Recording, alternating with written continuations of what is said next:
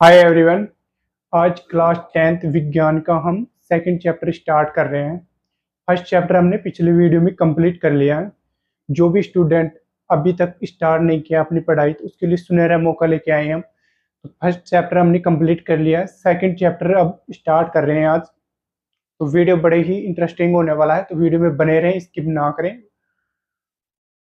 जो आज ये सेकंड चैप्टर है अपना, फर्स्ट चैप्टर था 6 नंबर का था, सेकंड चैप्टर है ये अपने 7 नंबर का है। और बड़े ही अच्छा चैप्टर है, बार बार क्वेश्चन आते हैं इस चैप्टर से, कंपटीशन एग्जाम में भी आते हैं, 10th लेवल में भी आते हैं। देखेंगे चैप्टर बिगर देरी स्टार्ट करते हैं आगे। चैप्टर सेकंड, चैप्टर का नाम क्या है देखेंगे, अम्ल क्षारक एवं लवण। अम्ल क्षारक एवं लवण। सबसे पहले क्षार अम्ल का नाम आ रहा है तो हम अम्ल से ही स्टार्ट करते हैं, फिर क्षारक पढ़ेंगे, फिर लवण पढ़ेंगे, ऐसे धीरे धीरे करके और चैप्टर कंप्लीट कर लेंगे अपना सेकंड। तो पहले अम्ल पढ़ेंगे। अम्ल होता क्या है, अम्ल के भौतिक गुण क्या है, रासायनिक गुण क्या है, अम्ल से अभिक्रिया कराएं तो क्या रिएक्शन प्राप्त होंगी, वो सब पढ़ेंगे आज अम्ल के बारे में। अम्ल को अंग्रेजी भाषा में क्या कहते हैं, एसिड कहते हैं। एसिड शब्द की उत्पत्ति एक लेटिन भाषा है, लेटिन भाषा है, उसके शब्द से लिया गया है एसिड से, जिसका अर्थ होता है खट्टा। अम्ल को क्या बोलते हैं, खट्टा होता है ना, इमली खट्टा होता है ना, खाने का कहीं कुछ जी भी करता है खट्टा खट्टा ना, तो वो खट्टा होता है। पर ये अम्ल आता है ना, उसको चखना नहीं है। कई कई अम्ल ऐसे होते हैं, खतरनाक भी होते हैं, नुकसानदायी भी होते हैं शरीर के लिए। तो ये कोई प्रैक्टिस में होता है, उनकी देख रेख में ही चखना चाहिए, बाकी अम्ल नहीं चखना है ऐसे। दूसरे शब्दों में कहें, जो पदार्थ स्वाद में खट्टे होते हैं उनको क्या बोलते थे हम, अम्ल बोलते हैं। जैसे खट्टे आप चख के बता सकते हैं, पर चखना कोई विशेषज्ञ है, अपना टीचर है, किसी की देख रेख से ही चखना है। बोलो सर ने बोला था चख के देख लें, खट्टा है या कड़वा है, अम्ल है, क्षार है, अभी प्रैक्टिकल हो जाएगा। ऐसा नहीं करना है, क्योंकि कई कई केमिकल होते हैं बड़े खतरनाक होते हैं, शरीर के लिए नुकसानदायक हो सकते हैं। तो उनको कोई रिक्स न हो अच्छा, तो उनकी देख रेख में करना है। बाकी ऐसा नहीं करना है अपने को कि स्वाद में खट्टे होते हैं तो चख के देख ले कि पता लग जाएगा ये अम्ल है क्षारक है ना, ऐसा नहीं करना। तो अब आपसे क्वेश्चन है, अम्ल किसे कहते हैं, जो स्वाद में खट्टा होता है ना उसे क्या बोलते हैं, अम्ल बोलते हैं। अम्ल के गुण पढ़ेंगे, अम्ल के क्या पढ़ेंगे, अब गुण पढ़ेंगे। अम्ल के कितने प्रकार के गुण होते हैं, देखिए 2 प्रकार के पढ़ेंगे गुण इसके, एक तो भौतिक एक रासायनिक। 2 प्रकार के गुण पढ़ेंगे अपन, भौतिक और रासायनिक। सबसे पहले पढ़ेंगे भौतिक, फिर पढ़ेंगे रासायनिक गुण। देखिए भौतिक गुण क्या क्या होते हैं इसके अंदर। अम्ल के भौतिक गुण, स्वाद में खट्टे होते हैं, ये अभी जब पढ़ लिया ऊपर ही हमने। स्वाद में क्या होते हैं, खट्टे होते हैं। एक बड़ी इंटरेस्टिंग चीज है, अम्ल होगा ना, अम्ल की कैसे जांच करेंगे, दूसरी तरीके से देखेंगे। एक तो चक्के भी कर सकते हैं अपन है ना, खट्टा है या कैसे है, कैसे पता लगेगा ये अम्ल ही है। तो उस स्वाद उससे चक्के भी देख सकते हैं कि ये खट्टा है तो इसका मतलब क्या है, वो अम्ल है। और दूसरा बहुत ही अच्छा टॉपिक है, नीले लिटमस पत्र को क्या करता है, लाल कर देता है। पेड़ आता है, पेड़ की कुछ छाल आती है ना, उसके ऊपर अगर इसको नीला लिटमस पत्थर उसी को बोलते हैं, उसके ऊपर अगर अमल डाल दिया जाए तो ये क्या बन जाएगा, नीला लिटमस होता है। जैसे अपने कागज लेते हैं सफेद, ऐसे ही कोई लकड़ी का एक कागज आता है लकड़ी का, तो उसको नीले लिटमस पत्थर की तरह होता है, नीला नीला होता है, उसके ऊपर अमल डालेंगे, डालते क्या हो जाएगा, लाल रंग का हो जाएगा। तो हमें पता लग जाएगा ये अमल है, क्षारक है ना। तो ऐसे भी चेक कर सकते हैं।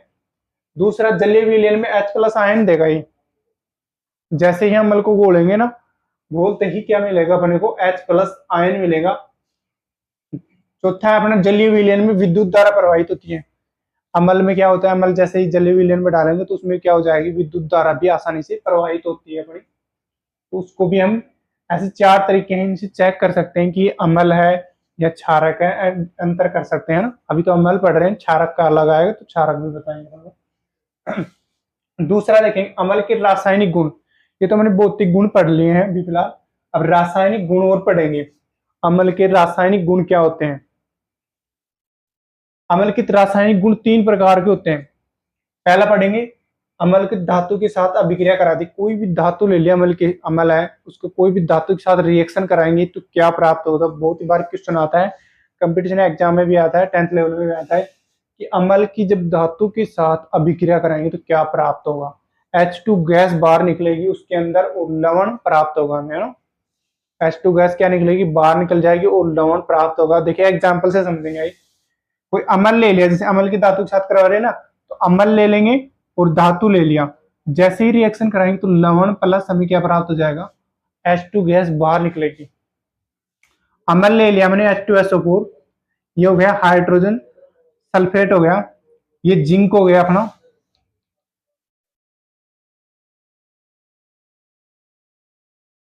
हाइड्रोजन चल नहीं रहा है, हाइड्रोजन सल्फेट हो गया, ये जिंक हो गया अपना।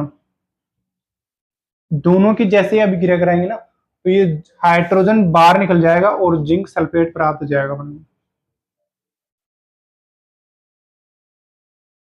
और जिंक सल्फेट को लवण बोलते हैं। ये H2 गैस क्या हो जाएगी अपनी, बाहर हो जाएगी। तो अम्ल की रासायनिक अभिक्रिया ये है। अम्ल की धातु के साथ क्वेश्चन आएगा, अभिक्रिया कराते हैं तो क्या प्राप्त होता है बताओ। जैसे H2SO4 है, हाइड्रोजन सल्फेट है, इसकी जब अभिक्रिया जिंक से धातु से करवाते हैं, जिंक क्या है, एक धातु है, इसकी अभिक्रिया कराएंगे तो ZnSO4 प्राप्त हो जाएगा, जिंक सल्फेट प्राप्त हो जाएगा, हाइड्रोजन गैस बाहर निकल जाएगी। दूसरा एग्जाम्पल से समझेंगे, हाइड्रोक्लोरिक है, हाइड्रोक्लोरिक को जैसे ही मैग्नीशियम कोई धातु है, मैग्नीशियम धातु के साथ अभिक्रिया कराएंगे तो मैग्नीशियम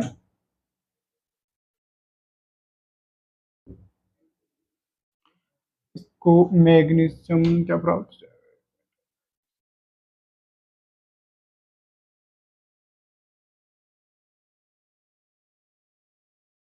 सही है। हाइड्रोक्लोरिक की जैसे मैग्नीशियम के साथ अभिक्रिया कराएंगे तो मैग्नीशियम क्लोराइड प्राप्त हो जाएगा और H2 गैस क्या निकल जाएगी, बाहर निकल जाएगी। यही अपनी ये है, अम्ल के साथ धातु के साथ अभिक्रिया कराएंगे तो क्या प्राप्त होगा, लवण प्लस हाइड्रोजन गैस प्राप्त होगी। दूसरा भौतिक गुण देखेंगे हम, अम्ल की जब कोई धातु ऑक्साइड के साथ अभिक्रिया कराए तो क्या प्राप्त होगा, अम्ल की धातु ऑक्साइड के साथ अभिक्रिया कराएंगे तो क्या प्राप्त होगा, अम्ल है, धातु ऑक्साइड के साथ अभिक्रिया कराएंगे तो लवण प्लस जल प्राप्त होगा। क्या प्राप्त होगा अपने को, लवण प्लस जल प्राप्त होगा। कैसे प्राप्त होगा, अम्ल तो क्या है, HCl ले लिया हमने, कोई भी अम्ल ले लिया, और भी ले सकते हैं एग्जाम्पल, हमने अम्ल HCl ले लिया हाइड्रोक्लोरिक, धातु ले लिया हमने, कॉपर ले ली, ऑक्साइड हो गया, तो कॉपर ऑक्साइड हो गया। जैसे अभिक्रिया करवाएंगे कॉपर क्लोराइड, कॉपर क्लोराइड प्राप्त होगा और जल प्राप्त होगा। कॉपर क्लोराइड को बोलते हैं लवण और इसको बोलते हैं जल, H2O। इसको लिखने का तरीका भी है, लिखते भी है, ऐसे मैं लिख के बता देता हूँ।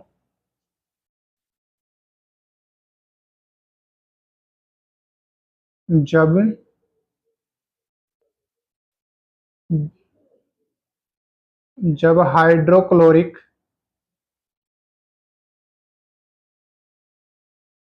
अम्ल की, जब हाइड्रोक्लोरिक अम्ल की धातु ऑक्साइड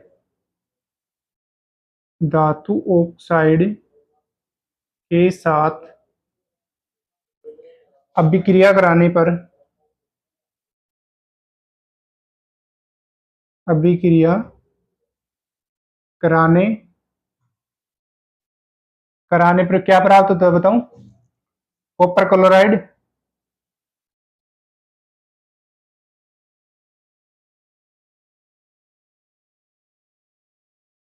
कॉपर क्लोराइड तथा जल प्राप्त होता है।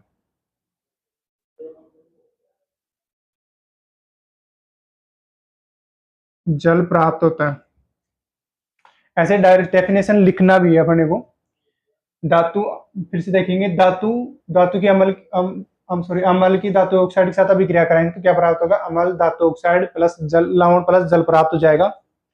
तो लिखना है, जब हाइड्रोक्लोरिक अम्ल है, इसकी धातु ऑक्साइड के साथ अभिक्रिया कराएंगे तो क्या प्राप्त होगी, कॉपर क्लोराइड और जल प्राप्त हो जाएगा। तीसरा देखेंगे, अम्ल की धातु कार्बोनेट तथा हाइड्रोजन कार्बोनेट के साथ अभिक्रिया देखेंगे। तो पहले देखेंगे अम्ल की धातु कार्बोनेट के साथ अभिक्रिया देखेंगे तो क्या प्राप्त होता है। दूसरा देखेंगे अम्ल की हाइड्रोजन कार्बोनेट के साथ जब अभिक्रिया कराते हैं तो क्या प्राप्त होता है। क्वेश्चन आता है बार बार कि अम्ल की धातु कार्बोनेट के साथ अभिक्रिया कराते हैं तो क्या प्राप्त होता है। आपको क्वेश्चन दे दिया जाएगा अम्ल की धातु कार्बोनेट के साथ अभिक्रिया करना, हमने क्या प्राप्त होगा। ऑप्शन देंगे 4, तो उनमें से देखना है, आपको चूज करना है। दूसरा आगे क्वेश्चन ऐसे भी आ सकता है घुमाओ के, अम्ल की धातु हाइड्रोजन कार्बोनेट के साथ अभिक्रिया कराते हैं तो क्या प्राप्त होता है। आइए देखिए समझेंगे इससे एग्जांपल से। जब कोई अम्ल की धातु कार्बोनेट के साथ जब अभिक्रिया करवाते हैं ना, तो लवण प्लस जल प्लस कार्बन डाइऑक्साइड गैस प्राप्त होती है, जैसे बाहर निकल जाती है। जैसे ही हम कोई अम्ल लेंगे, धातु कोई भी टुकड़ा ले लेंगे, कार्बोनेट ले लेंगे, उनको रिएक्शन कराएंगे तो एक लवण निकल जाएगा, जल निकल जाएगा और बाहर क्या निकल जाएगी, कार्बन डाइऑक्साइड गैस है, CO2 है, वो बाहर निकलेगी। तो देखिए हम लेते हैं एग्जांपल H2SO4 हाइड्रो या हाइड्रोजन सल्फेट लेते हैं। हाइड्रोजन सल्फेट लिख देता हूं मैं, हाइड्रोजन सल्फेट। जैसे हाइड्रोजन सल्फेट की सोडियम कार्बोनेट, ये सोडियम क्या है, धातु है, ये कार्बोनेट है।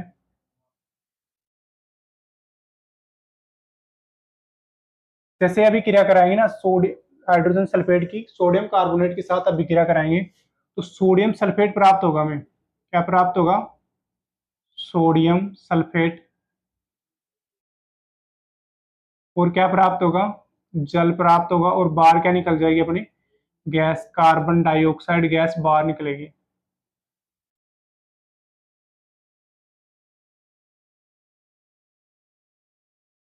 कार्बन डाइऑक्साइड क्या निकल जाएगी, बाहर निकल जाएगी इससे, ठीक है। तो इसको लिखना भी होता है, ऐसे कैसे लिखेंगे,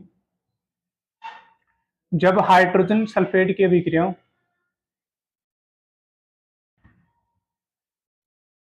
हाइड्रोजन सल्फेट अम्ल की अभिक्रिया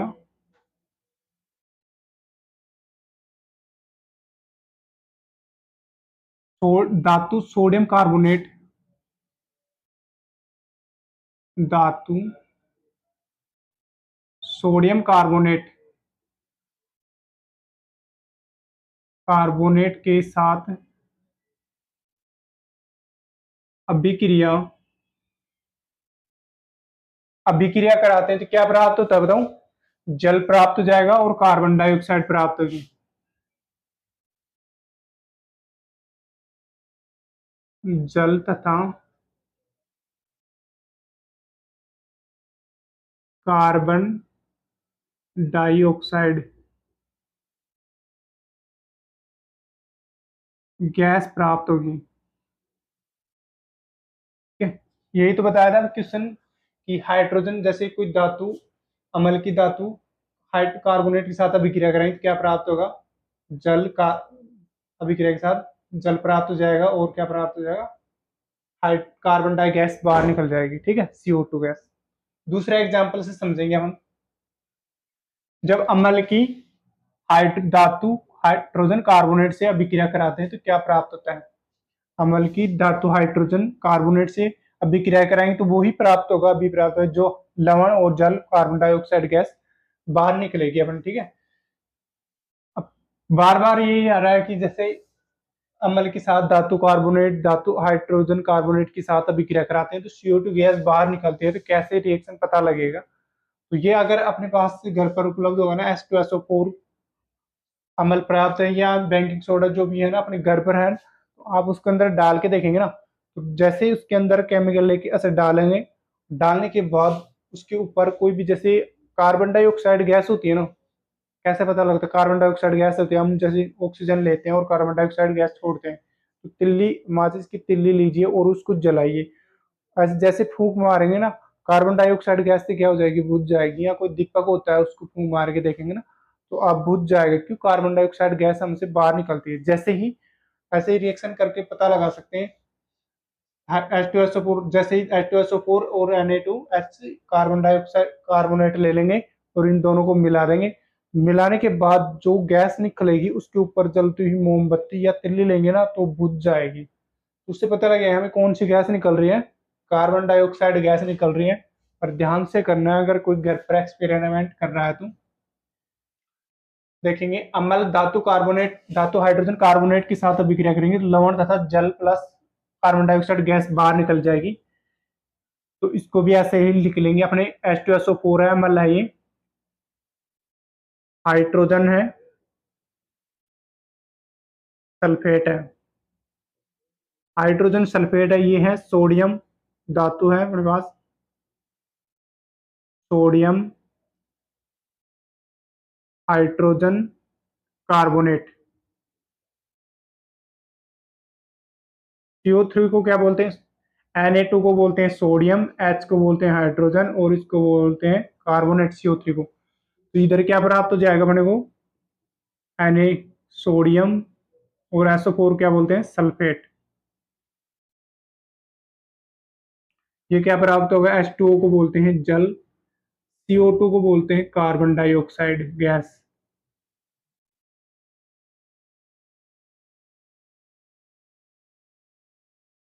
कार्बन डाइऑक्साइड गैस।